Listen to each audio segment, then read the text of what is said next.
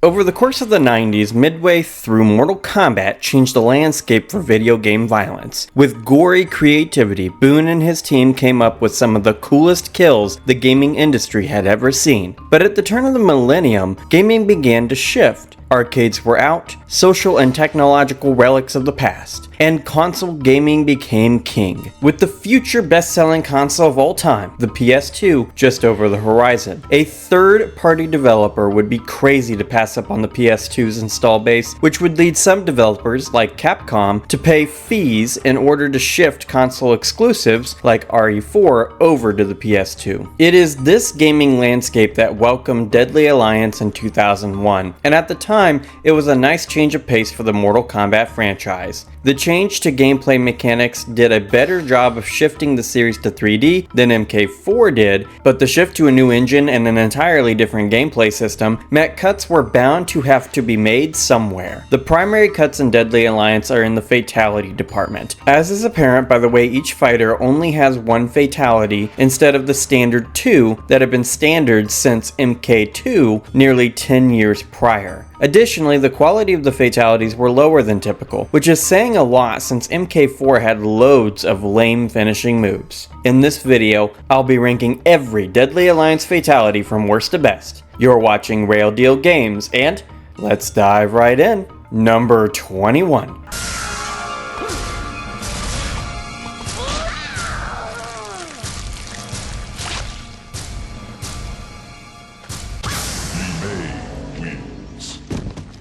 Fatality.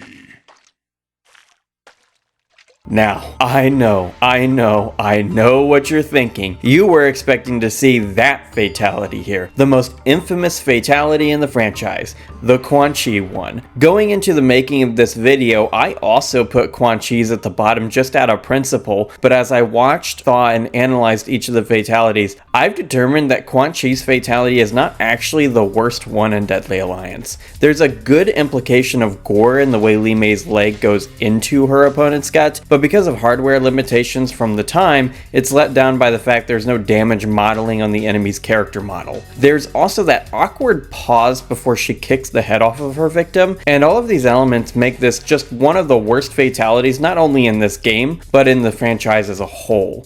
Number 20.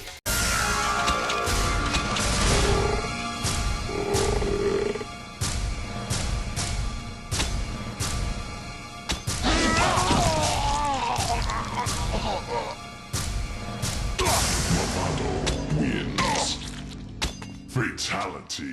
And yes, Quan Chi's isn't even the second worst in the game. Mavado's is lower because of the awkwardness of how he puts his legs up before slingshotting into his opponent. This combined with the weak nature of how he pulls the lungs out of his victim with his cleats makes this one not very good at all. Number 19.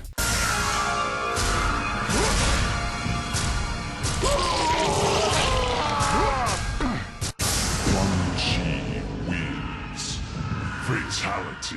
Ed Boon's least favorite fatality in the entire franchise is Quan Chi's neck stretch. It takes seeing this fatality one single time to understand why, and there's only two reasons this one beat out the other two below it. Firstly, this fatality does modify the character models of the victim, which is a nice touch in this era of MK. Secondly, Quan Chi's sorcery does make the oddness of this fatality make some sort of sense. He could theoretically enchant someone in such a way that this is done, and in that way, I can suspend my disbelief enough to be more or less indifferent towards this one. Number 18.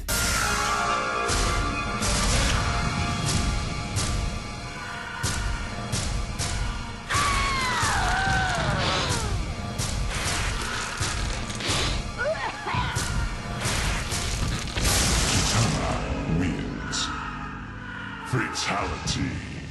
Honestly, Kitana's fatality was almost below Quan Chi's on this list. This is probably my least favorite version of the Kiss of Death fatality archetype. The transition between the bloating step of the fatality and the explosion reminds me of a high schooler's early first attempt at video editing. There's a harsh transition between expansion and explosion, and it's jarring. Number 17.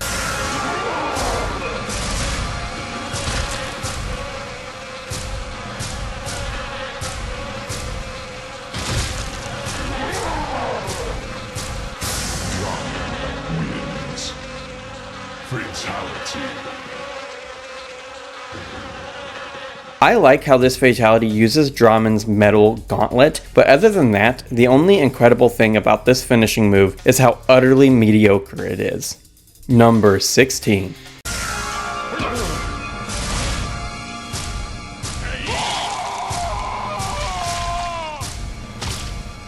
Johnny Cage wins. Fatality. It's clear from looking at a lot of these fatalities that Midway was experimenting with how many unique organs they'd be able to render in the new console-centric 6th generation of gaming. After Cage rips out his opponent's brain, there's a nice effect on the head of the fatalized body, where the head is covered in this deep red that makes it seem like the cranial cavity is mashed in at a cursory glance. It's a nice touch. Number 15.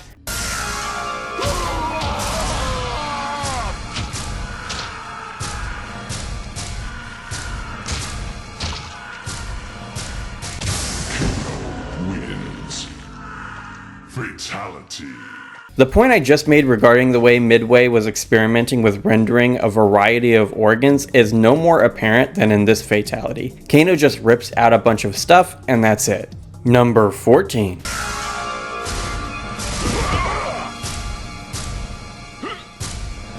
Jax wins.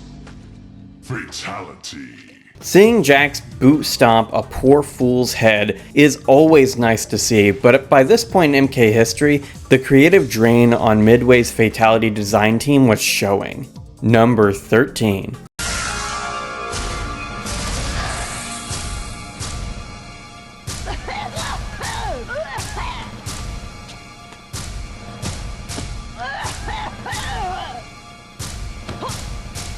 Sonya wins. Fatality. This one beats out Jax's only because of the build-up being a little more interesting. However, Sonya does that awkward silence thing Li Mei does before finishing off her opponent. Number 12.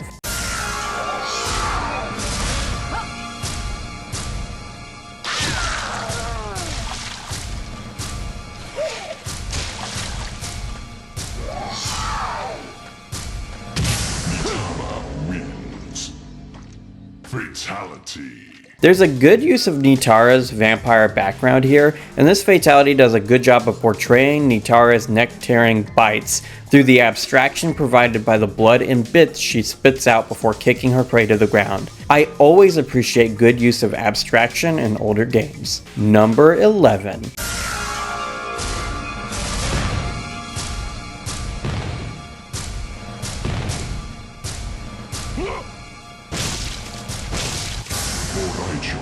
Wins.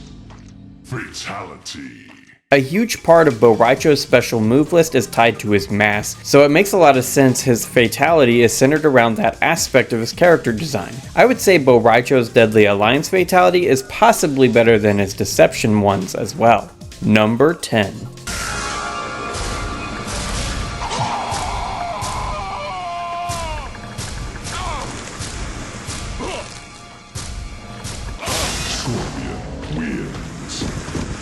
Fatality. This one might have been higher, but I found the proportions of Scorpion's spear to be wildly off, and the final part of this fatality feels off too. There is a consistent problem in Deadly Alliance's fatalities where the final section of every single fatality doesn't stick the landing, so to say. There's a reason that in future MK games each character does some kind of pose at the end of the fatality. It makes the end of the finishing move more smooth. Number 9.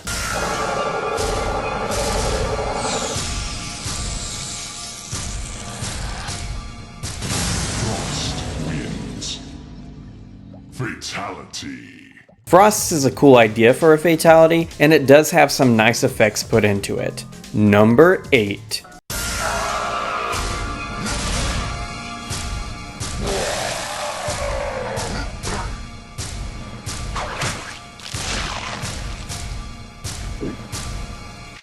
Reptile wins. Fatality. Reptile's finishing move is a nice combination of a few of his previous fatalities, and really from this point on is when the finishing moves on this list are okay. Really, there's only 3 or 4 fatalities that are good in this game, but considering how many finishing moves in this game are downright bad, at least there's a small blessing of some kind. Number 7.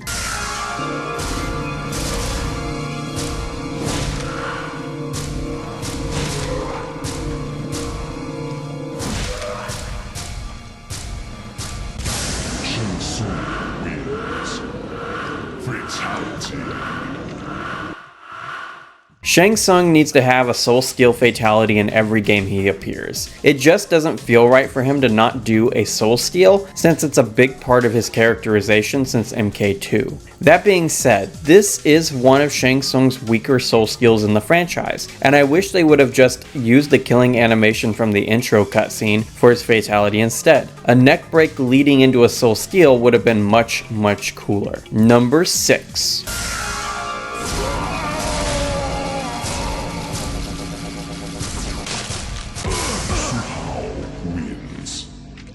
Fatality. Su Hao sucks as a character, and I wouldn't even say his fatality is the best thing ever. It has a cool aspect to it where the enemy crawls backwards as they bleed out at least. Really, this is the only thing going for Su Hao in the entire franchise. But being number 6 on a list primarily made up of some of the weakest fatalities in the franchise isn't necessarily a flex. Number 5.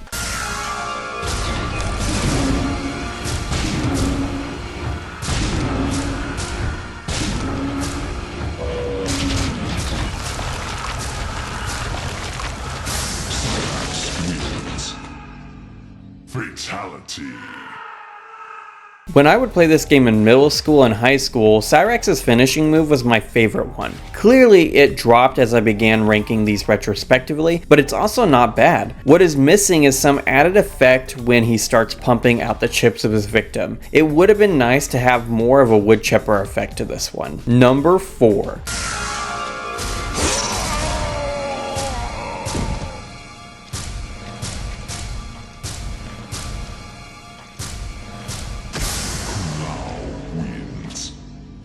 Fatality. Quick, clean, and great transitions are all aspects that are important for the crafting of the perfect fatality, and Kung Lao's has all of them. I especially like the way the victim stumbles before falling down, and the stomp at the end, popping the hat up so Kung Lao can catch it, is one of the cooler things he's done in one of his finishing moves. Number 3.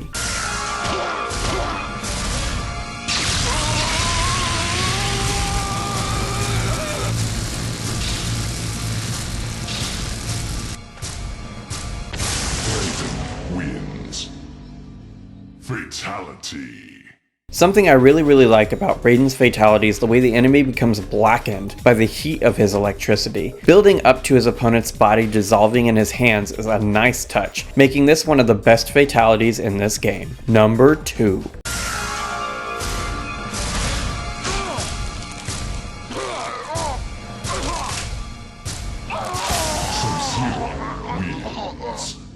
Fatality. How do you upgrade from a spine rip? This is likely the question the Midway Fatality design team asked themselves when deciding what Sub-Zero should do. I guess a whole skeleton rip is a good idea, although I've never been a fan of when fatalities traditionally belonging to one character are retroactively given to another. The skeleton rip is originally one of Kano's from MK3, and I would have preferred if he kept this one, and we instead got an ice-based one for Sub-Zero. That being said, I enjoy the way the victim's flesh falls to the ground in a heap. That's a necessary touch when doing these types of skeleton rip fatalities. Number 1.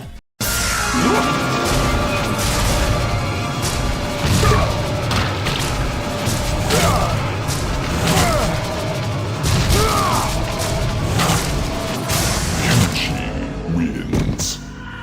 Fatality. Kenchi's Fatality is the only one from Deadly Alliance that could stand up against some of the best from other games. This is such a creative use of his telekinetic powers, and the eyeball popping part is inspired. The designers even thought this through because when the Fatality is done on Kenchi, the eyeballs do not fall out since they are behind the bandana. The contorting of the body seals the deal on this Fatality, and it's no wonder Kenchi became an instant fan favorite coming out of Deadly Alliance. And that's the video, my guys. What's your favorite Deadly Alliance Fatality? Let me know in the comment section below, and if you'd like to see me do one of these rankings for Deception, stay tuned. That video is coming soon. Subscribe and ding that bell if you don't want to miss out on it. And if you have a moment right now, consider checking out some of my other videos on the screen. Regardless of what you choose to do, have an awesome day, gamers.